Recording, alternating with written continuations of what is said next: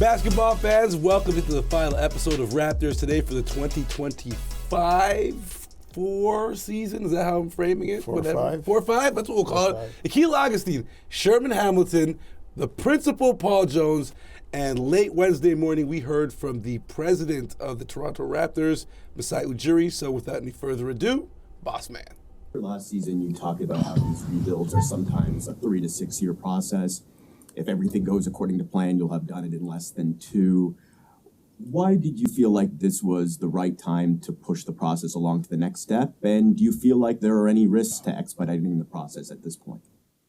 No, at the end of the day, we have to find talent on this team. We have to, and I think maybe by expediting, you are talking about the Brandon Ingram trade, and young players still young in the league, very talented and kind of fits. We hope he fits. He hasn't played yet, but we hope he fits kind of the mode of how we play and what we need on this team. And we feel at the end of the day, you have to acquire talent, and we have to do it in a unique way in the market that we're in. And we have to jump on opportunities that come on our way sometimes after we really study them. And we felt this was a unique opportunity for us, and it fits, but it doesn't stop our rebuild. It didn't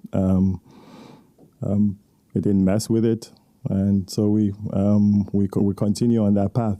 To start that clip, you heard the voice of TSN's Josh Lewenberg at JLew asking Masai about expediting the process. Obviously, with comments the day before from Scotty Barnes saying his expectations for the team, playoffs, right? Not just play in, but playoffs. And Masai kind of pushed back on the expediting of the process in framing it as, Brandon Ingram, the player being mentioned, he's pretty young still, in terms of his NBA career. So, Jonesy, I'll start with you. Has the process been expedited? At the end of yesterday's show, I said the rebuild was one and done.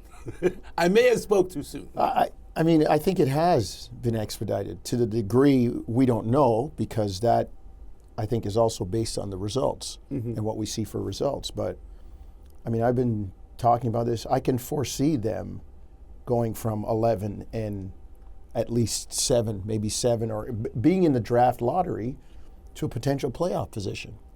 We saw that before when they got Scotty. Now, mind you, the difference was you had the remnants of a championship team left over with Pascal and OG and some of those guys. Now they're hoping they have the makings of one. Right, and it's not the same. The experience part isn't there. The from a coaching standpoint, the championship experience isn't there.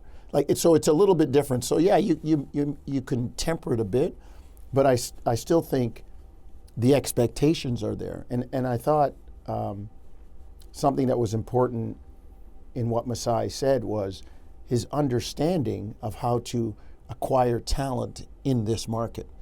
And it's something we've talked about. Well, there's 3 ways, and one of them's off the table. Well, one of them's low on the table. Low on the table. But this is what we've talked about back when we were all at Gate 5 and the team was 22-60, and people were like, well, we need good players. Make a trade. Well, or get a free agent. It doesn't trade, happen. Free agent, draft. It doesn't happen like that. Free agent's hard to come by. You draft, Miami. You draft, you develop, you retain. Those assets become more important, and then it's like a house. You flip it and you trade up. And the ultimate would have been, unfortunately, the development of DeMar to a point, and then you traded for Kawhi. So you're a flipper. You're not trying to live in this house? I'm just saying, though, that's one of the, if the development only goes so far. Okay, so where are we now? Because the conversation is the rebuild's over. It's not over. It's not over. It's not over. It's continuing, I think, with... It's a hybrid rebuild. It's continuing with heightened expectations. You don't rebuild till you win a championship. Okay. When your rebuild is done, as Masai always says, you've won a chip. So it's always going, whether you're rebuilding or building or tweaking or whatever, until you get the ultimate at the end. It's not done. As we continue to fine-tooth comb through Masai's words, Sherm's your impressions of his statements about where this team's at. Well, because none of it's linear. It's all about, the potentials of things happening.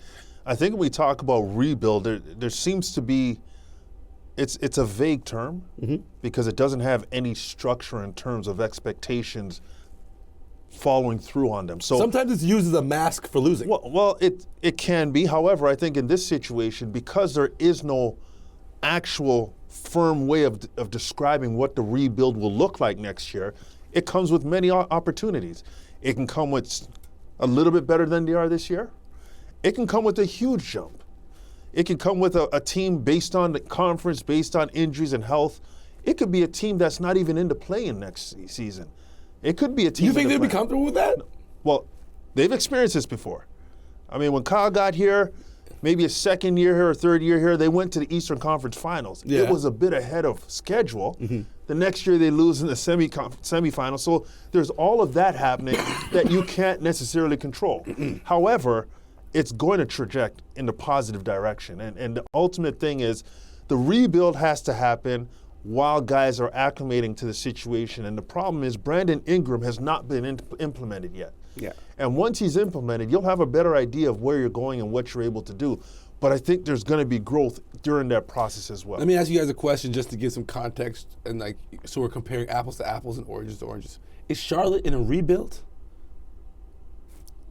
Yes, but if it's a continuum, they're way back on the continuum. But I feel like they've been in the same state. Well, but that's to Sherm's point about the whole rebuild and where it goes and what the circumstances and conditions are around it. But if the rebuild is a continuum, rebuild wherever you want to put it, championship, Toronto's probably ahead of Charlotte. Oh, where they are relative to the championship is a different story. The basketball addicts are back at it, breaking down the words from Masai Ujiri. Do remember you can catch the full interview on Raptors.com and YouTube. But right now, back to Masai.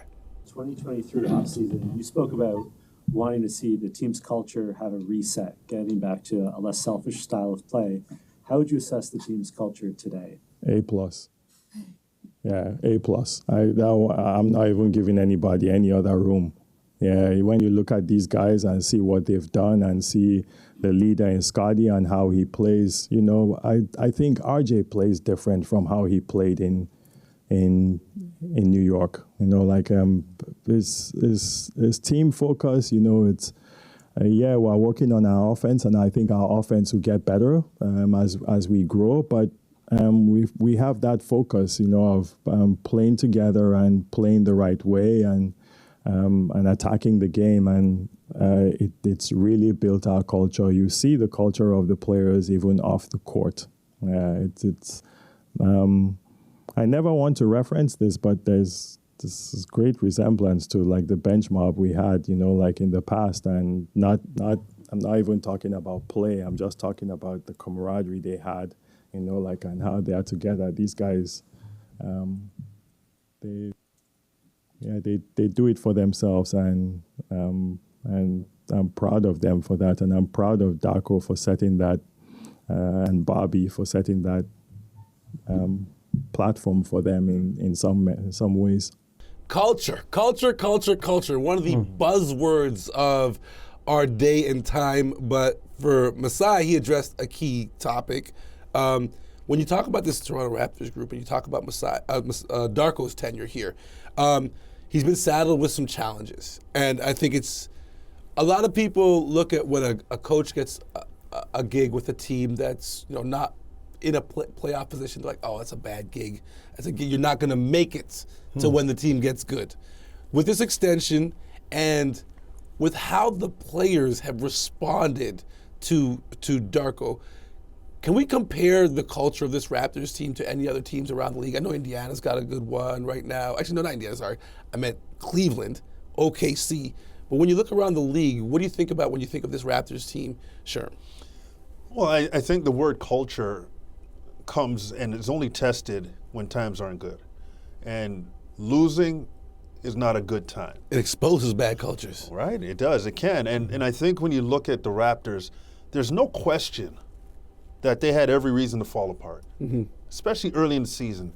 Guys could have splintered, gone their own way. We've heard in the past, not with this team particularly, but in teams where there's these locker room lawyers that start to, divide and conquer the locker room against the coach, against the organization, players against players. There was none of that. Shout out guys like Garrett Temple. Yeah, absolutely. So that speaks to me to say that the culture that was here before Darko got here, Darko only added to it and emboldened it and made it better. And I think when a guy like Darko walks into the room and players, after losing 4 or 5 in a row and haven't won 10 games the whole season, and Darko walks into the room and they're still paying attention and nobody's bickering and everybody's together, it speaks to what culture and what Darko's been able to do and this organization's been able to preach. I know this for a fact. There's nothing like teammates being your biggest cheerleader. Yeah. And when you have that set in stone and it's happening without being prompted, you have good people, you have good culture, and you have a chance to be good at some point. And this team showed all of that this season. Speaking of that, at some point during the press conference, I do believe Darko in his presser, which we'll talk about later, was asked about his coaching staff returning, and it seems like there's going to be some consistency there for his group. Yeah, I listened to everything Sherm said, and that word culture can be nebulous. Like what is it? Like what? It's kind of one of those things. It's like a consultant. Yeah, you don't really know what it is, but when it's there, it's like, oh, okay, that's what it is, right? Yeah. And when you drill down deeper and you think about it, and you start to try to define it in terms of its values, attitudes, beliefs, behaviors, like the Raptors check all those boxes. It's not field goal percentages, heights, right. weights. That's plus, the minus. Sherm's favorite stat. Right, the qualitative part, right? And so the Raptors check all those boxes. And then the next step of that, because I always thought of culture as a way of doing things, values, attitudes, belief, behaviors. Like a top-down, hierarchical the way of doing sergeant. things with expectations attached. So now you look at not even like just the motivation, but the positivity and the productivity when that culture is put together. And the Raptors, as Sherm said, have always had a good culture. It's always been there. It has been tested. It has been dinged and come back, and it's come back. And now you look at where you're moving forward with this culture. It's already established. Now there's been talent acquisition. The expectations are still there for that other piece of it, the productivity. So that's what we're looking for now. But the other stuff isn't going to change. The values, the attitudes, and you don't the get beliefs, that other stuff. You don't always get without it. the first and part. it's Foundation. here. It's here in Toronto. And let's be real. An added element to this is youth. And usually when you have youth, the experience isn't there to overcome the negativity. That takes leadership on all levels. And on all levels, this youth had leadership that allowed them to become leaders in a tough situation. Ask Michael Jordan about that first version of the Chicago Bulls he joined. Still more to come. We got to talk about what Darko said. I'm really proud of relying much more this season on my assistant coaches, learning their strengths and allowing them to be who they are. I do have a group of amazing coaches, amazing experts, that all of them, they have their strengths, And the first year, I was trying to implement the system and what we want to do, how we want to work and all of that. And I started to listen much more this past off season and to understand what they do really well and trying to put them in situations to be successful. And at the same time, I want my coaches to continue to grow. I believe that I have several assistant coaches on this staff that deserve the opportunity to be head coaches in this league. They're outstanding, smart, committed, treat people the right way. Like, they make me better. And my biggest strength is actually my coaching staff. I did not envy Darko. I envy him. He's an NBA coach. Like, I would love to be in that position. But the position that he did find himself in was keeping a lot of different people satisfied, not even necessarily people, situations, right? The wins count against your record, but you also know there's a situation where if you get a good draft pick, the long-term health of your team and organization is in a better situation. And you also have to develop the young guys that are already on the roster while keeping everyone else happy. So this was the ultimate catch-22 for an NBA coach. It was like a petri dish of testing someone's mettle. Grade him. He gets an A. Yeah. He gets an A+. Like Masai talked about. Add the fans. Add the fans to it. Listen, leadership is difficult sometimes. people want the chair, and then when they have to sit in the chair and sometimes make those difficult decisions and absorb and integrate all the stuff that comes with it, it'll test and reveal your character. Yes, it definitely reveals character. And I think we've seen that. I mean, not even this year. Think back to all the stuff that Darko dealt with in his first year. Exiting players, whether it be Pascal or OG, dealing with agents. All of the stuff, the personal crises that people went through, like so the passing of a close personal friend during the season. all of that, and he's come through it, and now he's getting to the point where he says, "I'm ready for those tough decisions, but we're not going to amend the culture in making those tough decisions." So I mean, I look for, the productivity to pick up. Everybody knows what they're getting into. Everybody knows what the expectations are. So I think he's done a fabulous job, and I'd like to see what now for him. There are some things that he's going to have to consider next year in terms of like the winning and advancing and continuing to push the ball down the field and move it forward. Let's talk about that extension, because it's very important now. You talk about what's going on across the league in the coaching situation and culture, right? You've got the situation in Memphis where a lot of people are pointing fingers at whether it be Ja or exiting coach. You've got Denver where the owner Kroenke comes out and says it was a festering situation for months. He had contemplated this a long time ago, right? And then you got Phoenix, which no one can explain. So talk about, in this age of tenuous coaching jobs, Darko, in one of the jobs you'd think, like, at the beginning of the year, you pick Phoenix or Toronto to coach, right? You're probably picking Phoenix, and then he does this. Yeah, I think the term "you're hired to be fired" really came to the forefront down the end of this season. And you mentioned some teams where there is all kinds of murkiness around why coaches were released.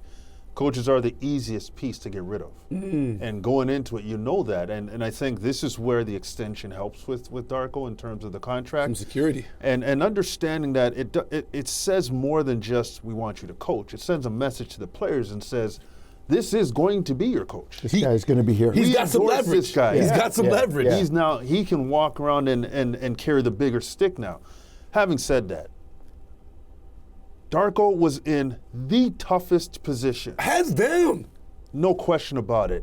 And I think he did an amazing job dealing with everything that he had to deal with. Remember, in a rebuild, that means losses. That means whoever is coaching has to take those losses wherever they go after this. It's permanent. It is. And we know coaches are a reflection of their record sometimes. Yeah. And when looking for another job, sometimes that's held against you. Yeah. Darko, to me, has handled this as good as you can handle it. And he's been not only, again, I said this earlier in the show, when players are not after each other, when they're supporting each other, they're believing, when players run to the sideline because Darko has said, come here, and they're looking him in his eye. They're not looking around and just kind of, they're there for the show of it. They're paying attention to the guy. That means he's connected with them. And he said it when he came in. He said it when they came in. He said, my door is open. I want the players to talk to me. This is going to be two ways. And he's held true to that. And the players are a reflection of that. Few first-time NBA head coaches can survive a losing series of seasons and still maintain the illustrious young wizard reputation. I think Darko, and I also want to throw Chauncey Billups in there. Kenny Atkinson. Hey, Kenny Atkinson. He was getting ridiculed for the process in Philadelphia. In Brooklyn. In Brooklyn. In Brooklyn. And then he goes to Cleveland, and all of a sudden he just figured it out? Yeah. No, he was a good coach from the jump. But quickly before we go to break. but with Kenny Atkinson, like here, the coach set the basis and the foundation of we're going to work hard, we're going to behave this way, we've got this kind of motivation, and this is what it is. I don't care about the wins and losses right now. We'll worry about that in a minute. We need to do this first. We also have to throw in with the Kenny Atkinson situation, he was wrongfully fired because two superstars didn't want him in the building. And that's... But he can clearly coach. Fourth quarter final frame. Good news for all you Raptors fans and Darko fans. As alluded to earlier in the show, it seems like Darko's entire coaching staff will be returning to support him next year. Let's hear from the coach. Michael, if I wanted to keep people happy, I would be selling ice cream. I would not be a basketball coach. So my job is not to people happy. My job is to keep people accountable, to help them to grow, to put them in a situation to be successful. With that being said, I cannot play 15 players every single day, every single night in a game. So competition, they're going to be fighting for it. They got to stay ready. You might be playing one night, you might be playing 10 minutes or 15 minutes. Are you going to be a good teammate? Like all of those things come down to work that the guys put in. So I want to have that problem. I want to have guys available. I want to have great players on the team. I want to be facing those decisions. So I'm not shying away from that. You heard it from the man himself. He was later asked to clarify, and yes, he said that he believes his coaching staff is returning. Myself personally, big fan of Jama Malalela as a guy. Oakwood guy, despite being from Oakwood, growing up watching him blossom as a young man with Raptors Basketball Academy, and to see him go Golden State, come back to Toronto, be part of Darko's kind of resurgence of this Raptors team. It's been beautiful to watch. Sherman, I'll start with you because you have your years of experience watching Raptors coaching staffs iterate through time. Your impression of this group? It's a good group. I mean, I think one of the best things about selecting a coaching staff is to understand who can add to the strengths of your staff. And as a head coach, you've got to be vulnerable and say, I want people to be able to help me as well in some areas that I may not be as strong in. And I think when you look at this list of his assistants, there's no question Darko's got some quality people on his staff. And again, coaching staffs are getting bigger. Yeah. We've seen them just salary cap. expand over the years. No salary cap. And that means that's more attention to players. There's more individual attention. There's more connection that's involved. And as a head coach, sometimes it's tough to be connected on all those levels, but you have assistants who do that and really help unify your team with your staff. So he's got a good group. But as every leader has to do at the end of a situation, you have to reevaluate and see who, in terms of who you have around you and around the players, do they need to improve in something? Do they need to kind of step back from some things? You've got to assess the job that they've done. And I think in doing that, Darko's realizing that he has a really great staff, and that doesn't mean that changes won't happen, Right. Yeah. but it means that he appreciates what they've brought to the table. It's going to be hard to criticize, your staff when you look across the board at player development, which is one of the real litmus tests of a coaching staff, and you see the leaps that every player up and down this board has made, so it kind of justifies the vision. You need people that are going to align with you. And in difficult times when character's tested, there's no fracturing, even in the coaching staff, where, well, I think we should be doing this. You can Philosophical differences. Well, but you can challenge and discuss in the room, but when we leave that door, It's a united front. there's one voice, and it has to be united front. And I look at the people that Darko has on his coaching staff and the way they work, and they reflect all of the things that he wants in his players: the work ethic, the striving for improvement, Positive attitude. the attitudes, the beliefs, like all of those things, the behaviors, everything that he's asking for in the players, he's got that in the coaching staff. And that's why the entire group is able to kind of move it forward. To the point, that doesn't mean you don't change, because that's the only thing that change is constant. But at the same time, you've got a foundation, you've got a basis. And I think Darko's at the head of that. He's got the right people who will challenge, probably bring suggestions. When I was an assistant coach, the head coach had a great line. There were 4 assistants. He goes, y'all have 1 vote. I got 5. I got 5. You guys all have 1, I got 5. And it doesn't so much for matter democracy. where you want to vote or suggestion. I might take that suggestion, and then it's 6, right? So I just love the way Darko's staff is together. You can see the consistency, the uniformity, the cohesion in the entire group. It's all about support. And with that being said, I got to big up the people that support us on this show. Yes. And, you know, they're so close and familiar to my heart that I got to read their names off of my phone. You don't want to forget anybody. That's the real reason. Okay, so first off, Ashley, Leo, Randy, Javon, Eric, Warren, Sav. Those are the people on screen. So, you know, they get their love. And then you got to give up Lloyd, Julian, Evan, Sam, Justin, Jeff, the entire real team. workers, yeah. And everyone outside here at 50 Bay Street, and of course, from the bottom of my heart, as always, I want to thank the two guys that I came on television with for the very first time. Wow. Sherman was ready to get offended. I was just going to say we're forgetting two important people. No, very much so, man. My OGs, big ups to you guys. Appreciate Another you year too, in the man. books. Appreciate Hopefully we you get to too. do it again next year. Jakey, Jazzy. Jakey, Jasmine, the double J's behind Without the boards. them, it doesn't happen. That does it. Yes, sir. And the Raptors play next year. See ya. Deuces. I'm TJ Ford, and you're watching the Raptors YouTube channel. Check out our latest videos and subscribe to our YouTube page. Works right into the lane, puts it up and in! TJ flies away, fades, fires, Ugly, Ugly, Ugly, timeout!